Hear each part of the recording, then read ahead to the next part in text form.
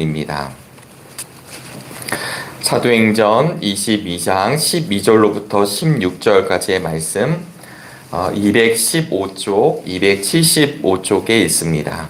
우리 한 절씩 교독하시고 마지막 절은 함께 읽으시겠습니다. 거기에 아나니아라는 사람이 있었습니다. 그는 율법을 따라 사는 경건한 사람으로 거기에 사는 모든 유대 사람에게 칭찬을 받는 사람이었습니다. 나를 찾아와 곁에 서서 형제 사울이여 눈을 뜨시오 하고 나에게 말하였습니다. 그 순간에 나는 시력을 회복하여 그를 찾아보았습니다. 그때에 아나니아가 내게 말하였습니다. 우리 조상의 하나님께서 당신을 택하셔서 자기의 뜻을 알게 하시고 그 의로우신 분을 보게 하시고 그분의 입에서 나오는 음성을 듣게 하셨습니다. 당신은 그분을 위하여 모든 사람에게 당신이 보고 들은 것을 증언하는 증인이 될 것입니다. 함께 읽겠습니다. 그러니 이제 망설일 까닭이 어디 있습니까? 일어나 주님의 이름을 불러서 세례를 받고 당신의 죄 씻음을 받으시오. 아멘. 네, 오늘도 귀한 날 예배하며 또 찬양하며 기도하며 하루를 연 우리 모두에게 하늘의 은총이 함께 하시기를 간절히 바랍니다. 네, 참 좋은 세상이라고 여겨지는 것은 이렇게 일기예보를 저희들이 들을 수 있지 않나요? 오늘도 서울 지역에 대설을 예고하고 있습니다. 그래서 이런 안내를 먼저 받으면 우리가 잘 준비하고 또 건강도 또 길거리가 매우 또 미끄러울 수 있기 때문에 우리 정릉의 모든 성도님들, 특별히 우리 어르신 성도님들 건강 잘 챙기시고 또 이런 폭설이나 한파에 대비하는 우리 모두가 되기를 간절히 바랍니다. 그러면서 또 느끼는 것 중에 하나가 참 편한 세상이다. 요즘 차를 타면 예전에는 내비게이션을 구입하고 또 구입해서 그걸 다는 사람들이 별로 없었지만 이제는 차에 다 장착이 되어 나오고 또 우리가 갖고 있는 이 핸드폰, 스마트폰을 통해서 얼마든지 이 길 현황들을 볼 수 있습니다. 시간이 되면 버스가 언제 오는지도 알려주고 지하철도 언제 가는지도 알려주고 그러다 보니까 참 편한 세상, 문명의 이기들을 받아들이면서 때로는 우리의 사고가 잠시 멈추는 것 아닌가? 지금도 잠깐 기억이 나는데요. 할머니 댁 예전 전화번호가 갑자기 문득 생각이 나는 겁니다. 네, 671-0255로 제가 알고 있고 또 예전에 저희 살고 있었던 집 전화번호도 뭐 지금은 쓰지 않지만 681-6484 이런 전화번호가 기억이 이렇게 나더라고요. 근데 왜 그런가 봤더니 그때는 수첩에 적기도 했어야 하고 중요한 집은 전화번호를 외웠는데 지금은 워낙 저희 이 핸드폰이 잘 저장되어 있다 보니까 가끔 아버님 전화번호가 뭐였을까? 어머님 전화번호가 뭐였을까? 그래서 무언가 먹통이 되면 우리의 사고도 먹통이 될 때가 참 많이 있습니다. 이러면 그냥 이렇게 알려준 길을 잘 가면 참 편할 것 같지만 그러나 아무리 알려준 길이다 할지라도 우리 인생에는 반드시 우리가 선택해야 되는 영역들이 분명히 있고 또 그 선택의 갈림길에서 정말 하나님이 주신 지혜로 그 길을 걸어가는 우리 모두가 되기를 간절히 바랍니다. 오늘 성서 일과는 2절부터 시작된 말씀이었지만 후반절에 있는 아나니아라고 하는 성경의 인물이 등장하는 본문을 함께 나누기를 바랍니다. 오늘 본문은 사도행전 9장의 내용을 사도 바울이 다시 고백하고 다시 이야기하는 장면입니다. 그런데 참 대단한 것은 무엇이냐면 사도 바울이 늘 편안한 인생길이 아니었잖아요. 복음을 전하면서 전도자의 길을 갈 때 탄탄대로를 걸어갔던 것이 아니라 그의 인생은 늘 고난과 핍박과 그다음 사람들의 비웃음과 그 다음에 자기를 향한 힐난의 자리의 연속이었습니다. 오늘 22장도 마찬가지인데요. 그가 잡혔을 때 사람들은 그를 죽이고자 하였고 그를 계속 이제 잡으려고 하는 그런 자리에서 사도 바울이 자기 스스로를 변호하는 장면입니다. 이 변호를 할 때 지금 무슨 이야기를 꺼내냐면 내가 예수 그리스도를 만났던 그 체험에 대한 이야기를 하고 있습니다. 아주 좋을 때 다 믿는 사람들끼리 있고 서로 은혜로운 자리를 말씀하는 자리가 아니라 누군가가 나를 죽이려 하고 저의 삶을 끝까지 끌어내리려고 하는 그때 누구를 꺼내냐면 내가 왜 이렇게 되었는가, 그 근원 예수 그리스도의 체험, 만난 이야기를 하고 있는 장면입니다. 근데 사도행전 9장도 그렇고요. 오늘 본문에서도 그렇지만 이 사도 바울이 아나니아라고 하는 사람의 이야기를 하는 것이죠. 사도행전 9장에 보시면 기독교 초기에 우리 그리스도인 선배들을 향해서 그 도를 따르는 사람들이라고 지칭하고 있습니다. 그 길을 걷는 사람들, 어떤 길이냐면 내 마음대로 인생의 길을 걷는 게 아니라 예수님의 길을 따라가는 사람들입니다. 그래서 그 길을 걸어감으로 인해, 그 길을 걸어가기 전에 부활하신 주님을 사도 바울이 만난 뒤에 자기가 갖고 있었던 모든 자랑할 거리를 다 내려놓잖아요.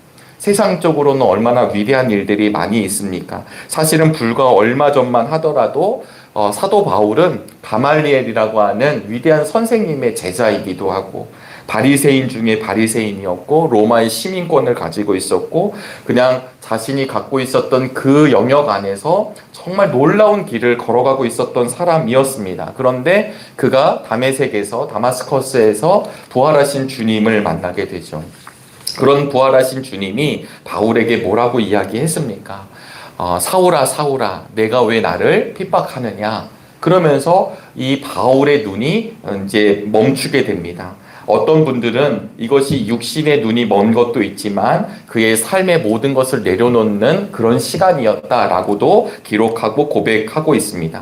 오늘 저희들은 사도 바울이 경험했었던 것을 사람들에게 다시 이야기하는 장면이지만 9장 11절 12절에 보면 이런 일이 등장하게 돼요. 일어나서 고든 길 거리로 가서 유다의 집에서 사울이라는 다섯 사람을 찾아라. 그는 지금 기도하고 있다.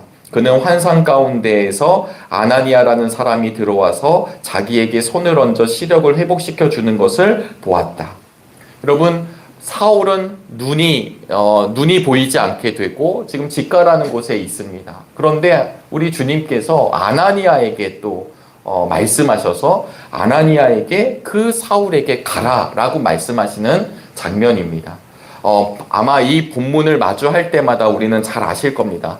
핍박하는 사람, 지금 사울이 그냥 일반인도 아니고 그냥 어려움에 처해져 있는 사람도 아니고요. 지금 그 사람은 그리스도인들을 잡으려 했던 사람, 죽이려 했던 사람, 어떻게든 그 사람들을 끌어내리려고 했던 사람인데 아나니아인 그리스도인에게 우리 주님이 그를 가서 도우라 이렇게 얘기를 하시는 장면입니다. 받아들일 수 있을까? 과연 나는 그렇게 할 수 있을까? 그래서 9장 15절 16절에 우리 주님이 뭐라고 말씀하시냐면 가거라. 그는 내 이름을 이방 사람들과 왕들과 이스라엘 자손 앞에 가지고 갈 내가 택한 내 그릇이다. 그가 내 이름을 위하여 얼마나 많은 고난을 받아야 할지를 내가 그에게 보여주려고 한다. 이것이 주님의 계획이었습니다. 성경을 볼 때마다 참 당혹스러울 때가 있는데요. 그것이 무엇이냐면 우리 주님의 방법이 우리들의 방법과 전혀 다르다라고 하는 것입니다. 사람들은 이 정도 하고 이렇게 길을 걸어가면 이런 일을 할 것이다 라고 하는 것을 유추할 수 있고 생각할 수 있는데 우리 하나님께서는 그런 방법이 아니라 때로는 너무나도 기막힌 방법으로, 너무나도 큰 반전으로 하나님의 일을 이루어 갈 때가 있습니다. 여호수아서라든가 구약 사사기서를 보면 정말 적을 목전에 앞에 두고 하나님이 이스라엘 백성들을 준비시킬 때 전술을 준비시키거나 군사 훈련을 시키거나 아니면 완벽한 대비책을 세우게 하시고 안정감을 준 뒤에 일을 벌이는 것이 아니라 그 전에 하나님을 예배하게 하신다거나 할례를 행하게 하신다거나 하나님을 향한 관계를 분명히 하게 하십니다. 그리고 나서는 있을 수 없는 일들이 이루어지는 것을 이스라엘 백성들에게 보여주고 계십니다. 하나님께서는 박해자였던 사울을 하나님의 충성스러운 하나님의 일꾼으로, 전도자로, 복음의 증거자로, 증인으로 세워가고 있다는 사실도 사실은 우리들의 상식으로서는 너무나 받아들일 수 없는 하나님의 방법입니다. 그런데 아나니아도 마찬가지이죠. 이 아나니아에게 오늘 하나님께서는 그를 보내서 사울을 만나게 하십니다. 이것이 시간이 지난 뒤에 12절, 13절에 바울이 이렇게 고백하는 것입니다. 우리 12절, 13절을 다시 한번 읽어보시겠습니다. 시작. 거기에 아나니아라는 사람이 있었습니다. 그는 율법을 따라 사는 경건한 사람으로 거기에 사는 모든 유대 사람에게 칭찬을 받는 사람이었습니다. 그가 나를 찾아와 곁에 서서 형제 사울이여 눈을 뜨시오 하고 나에게 말하였습니다. 그 순간에 나는 시력을 회복하여 그를 쳐다보았습니다. 아멘. 여러분, 그 아나니아가 자기에게 와서 한 이야기를 하고 있습니다. 모든 유대 사람에게 칭찬을 받는 정말 온유하고, 아나니아란 사람이 위대한 인물처럼 많이 등장하는 것은 아니지만 이 사울을 이야기할 때 빼놓을 수 없는 인물이 아나니아입니다. 사울이 그냥 예수님을 만나서 자기가 훈련받고 자기 마음대로 자기가 때가 되어 이 사명자의 활동을 한 것이 아니라 그가 처음에 주님을 만났을 때 주님의 조력자를 만나게 되는 것입니다. 그런데 아나니아가 처음 만난 사울을 향해 뭐라고 얘기했습니까? 당신, 이렇게 얘기하지 않고 오늘 13절에 나를 찾아와 곁에 서서 형제 사울이여 라고 이야기했다는 사실입니다. 형제여 라고 하는 말을 하고 있습니다. 사실 이 형제를 뜻하는 헬라어 말에는 자궁이라고 하는 말이 함께 담겨져 있습니다. 그러니까 이 자궁이라고 하는 말, 엄마의 자궁은 새롭게 태어나는 것을 의미합니다.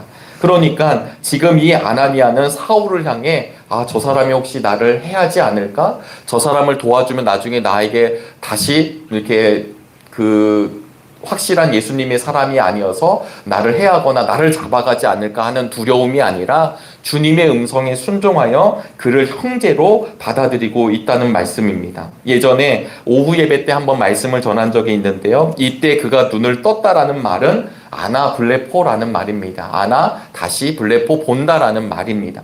시력을 회복했다는 말도 되지만 하늘을 본다라는 말도 담겨져 있습니다.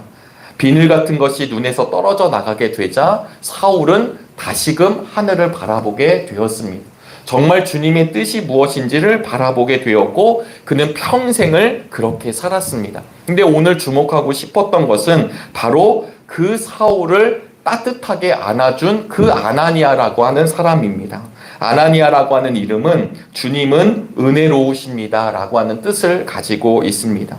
유명한 사람은 아니었지만 베드로처럼 바울처럼 계속 등장하는 인물은 아니었지만 이 아나니아가 사울을 만났다.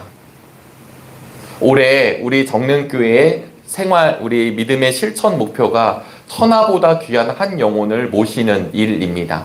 성경을 묵상하고 말씀을 통독한 뒤에 70주년을 맞이해서 아직 하나님을 알지 못하는 분들, 아직 이 너무나도 귀한 이 세계를 알지 못하는 분들, 아직도 영혼의 방황이 있는 분들, 아직도 주춤하고 있는 분들, 그분들에게 길이 되고 그분들에게 답이 되는 예수 그리스도를 우리의 삶을 통해 드러낼 수 있기를 간절히 바랍니다.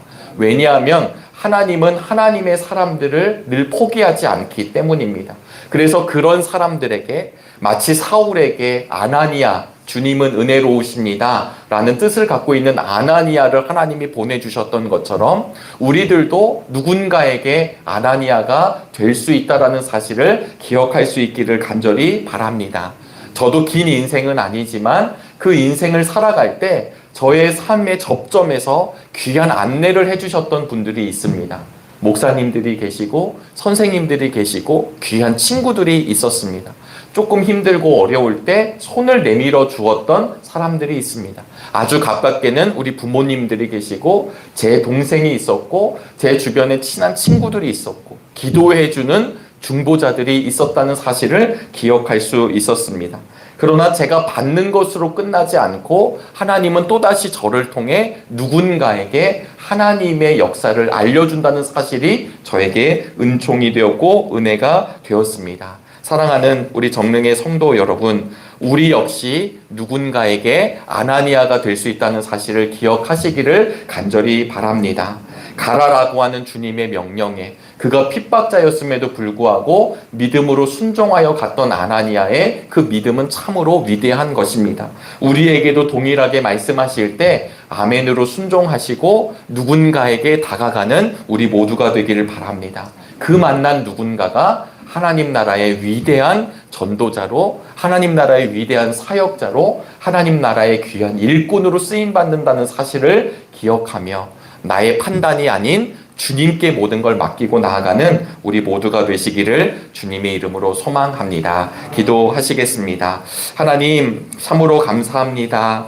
오늘도 귀한 날을 열어주심에 하나님 오늘도 생명과 허락하여 주신 건강으로 주님의 뜻을 일구어가는 우리 모두가 되기를 간절히 원합니다. 하나님 2024년도가 시작되어 은혜 가운데 신년주의를 보내고 또 새로운 한 주간을 보내는 가운데 있습니다. 궂은 날씨를 계속 예보하고 있습니다. 그러나 우리의 마음은 궂은 마음이 되지 아니하도록 붙잡아 주옵소서. 하나님께서 주신 비전과 하나님이 허락하여 주신 그 꿈을 함께 품고 나아가는 정릉의 모든 교우들이 되도록 하나님 함께하여 주시옵소서. 그럼에도 불구하고 간절히 구하는 우리의 기도 제목이 있습니다. 우리 개인의 기도 제목으로 멈추지 않게 하여 주옵소서. 우리 가족의 기도 제목으로 끝나지 않게 하여 주옵소서. 주님의 몸된 우리 교회를 통해 이루어갈 하나님의 뜻을 간절히 구하는 우리 모두가 되게 도와주시고 우리 정릉의 교우들을 통해 하나님의 나라가 열려지고 확장되는 것을 기대하며 하나님의 진정한 꿈을 함께 기도하는 우리 모두가 되게 도와주시옵소서. 주님, 오늘 특별히 화요일입니다. 우리 2024년도를 맞이하여서 화요 중보 기도회가 처음으로 열립니다. 하나님, 눈에 소식이 있긴 하지만 이 첫 모임에 하나님 우리 성도들이 함께 기도하기를 원합니다. 말씀을 붙잡게 하여 주시고 우리를 통해 하나님 기도해야 할 영역들이 온전히 기도하며 찬양하며 하나님께 우리의 모든 것을 드리는 은혜로운 시간이 되게 도와주옵소서. 특별히 연약한 환우들, 하나님 힘겨워하는 성도들, 또 우리의 전도의 대상자들을 바라보며 기도하는 시간이기도 합니다. 우리 정릉교회 귀한 사역들을 두고 나라와 민족과 세계와 열방을 위해 함께 이 낮에 모여 기도하는 시간이기도 합니다. 하나님, 이 기도하는 시간을 기억할 수 있도록 또 많은 이들을 불러 모아 주셔서 기도하는 이들이 점차 많아지는 은총도 허락하여 주시옵소서. 또한 하나님 오늘도 여러 가지 일들 앞에서 간절히 구하는 우리 정릉의 성도님들의 마음 문을 열어주시고 하늘의 문도 열어주셔서 응답으로 더하여 주옵소서. 오늘도 그냥 나오지 아니하고 귀한 예물을 정성스럽게 주님께 바칩니다. 하나님, 이 바치는 우리의 마음이 진정 믿음의 마음 되게 도와주시고 이 귀한 예물을 하나님 나라에 온전히 쓰임받게 하여 주시옵소서. 오늘도 주님께 온전히 드려지는 믿음의 날이 되기를 원하오며 살아계신 예수 그리스도의 이름으로 기도하옵나이다. 아멘. 하늘